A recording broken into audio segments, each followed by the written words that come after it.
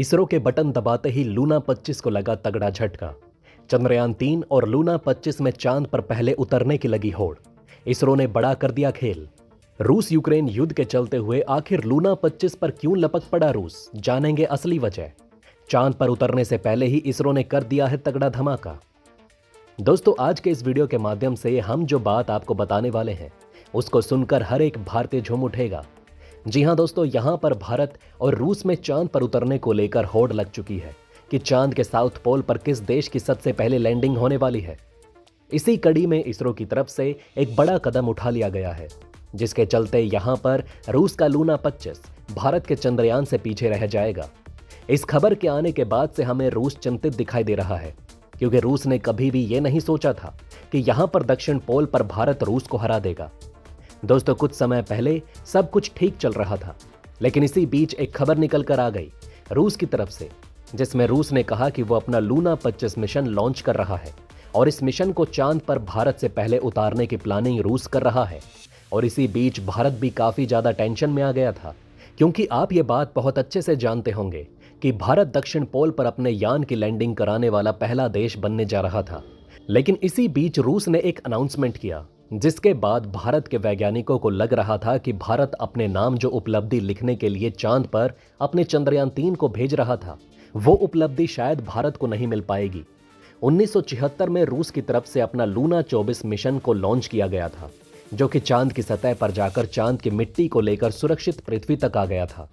लेकिन इस बार रूस अपने मिशन के माध्यम से चांद पर जाएगा, चांद में गड्ढा करके वहां से पानी निकालकर पृथ्वी में आएगा, और 1 साल का ये रूस का मिशन होने वाला है। वहीं भारत के चंद्रयान 3 की बात करें तो भारत का चंद्रयान 14 दिन चांद पर रहेगा। इसी बीच रूस की स्पेस एजेंसी की तरफ से ऐलान करके भारत की स्पेस एजेंसी को एक टेंशन दे दी गई थी, लेकिन हमारे इसरो ने उसका भी हल निकाल लिया है। अब चांद पर हमारे चंद्रयान 3 की सबसे पहले लैंडिंग होने वाली है।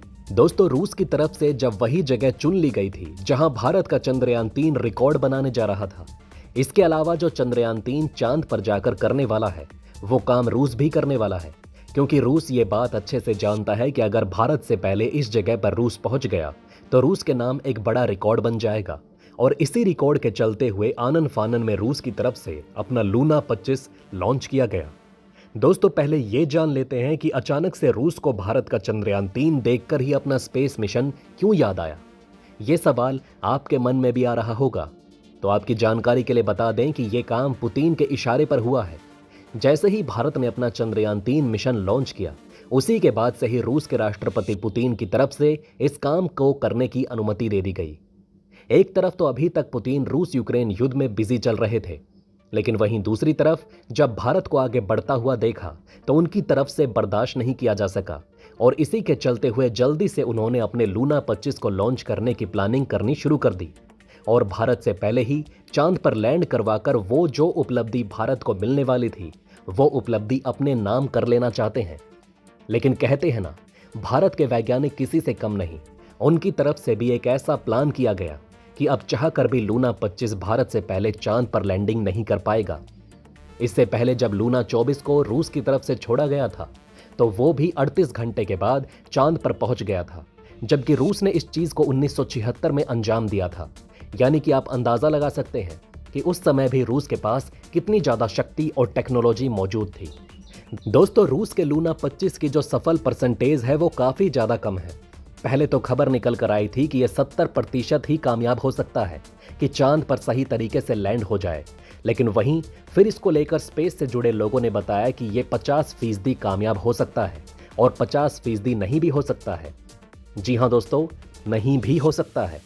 इसके अलावा 1996 और 2011 में 2 बार और रूस की तरफ से मिशन को अंजाम दिया गया था, लेकिन उन दोनों बार ही रूस फेल हो गया। इस बार भी उम्मीद की जा रही है कि सफल तरीके से शायद ही रूस का लूना 25 चांद पर पहुंच सके। दोस्तों, पुतिन ये बात बहुत अच्छे से जानते थे कि देश में बहुत खराब तरीके के हालात चल रहे हैं।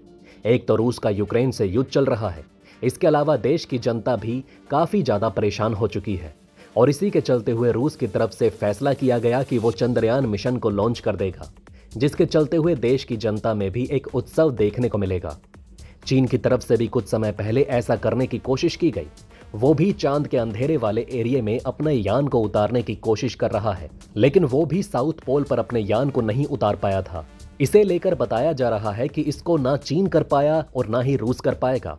बहुत लोगों को लग रहा होगा कि एक तरफ तो भारत इतने समय पहले अपने चंद्रयान 3 को लेकर निकला हुआ है, लेकिन वहीं लूना 25 अभी लॉन्च हुआ है और कुछ ही दिनों के अंदर चांद पर पहुंच जाएगा। तो इसके लिए हम आपको बता दें कि भारत ने जो चंद्रयान 3 मिशन लॉन्च किया है, इसमें भारत ने धरती के गुरुत्वाकर्षण बल का इस्तेमाल करके चांद की सतह तक पहुंचने का प्रयास किया, जिसके चलते हुए भारत को बहुत सारा फ्यूल बचेगा। लेकिन अब रूस की बात करें तो रूस ने बहुत बड़े रॉकेट का इस्तेमाल किया है और इसी के चलते हुए रूस पृथ्वी के 5 चक्कर नहीं लगाएगा, बल्कि पृथ्वी का 1 चक्कर लगाएगा और फिर सीधे चांद की तरफ निकल जाएगा, जिसके चलते हुए रूस के मिशन लूना 25 का काफी ज्यादा समय बचेगा। लेकिन एक तरफ लूना 25 की जो सफल होने की संभावना है वो 50% बताई जा रही है, लेकिन भारत के चंद्रयान 3 के जो सफल होने की संभावना है वो 100% बताई जा रही है। यानी रूस का लूना 25 चांद पर लैंड करे या ना करे, लेकिन भारत का मिशन चंद्रयान 3 निश्चित रूप से चांद पर अपनी सॉफ्ट लैंडिंग करेगा। हमें देखने को मिल रहा है कि दुनिया भर के वैज्ञानिक ये कह रहे हैं कि भारत का जो मिशन है वो रूस के मिशन से काफी ज्यादा खतरनाक है।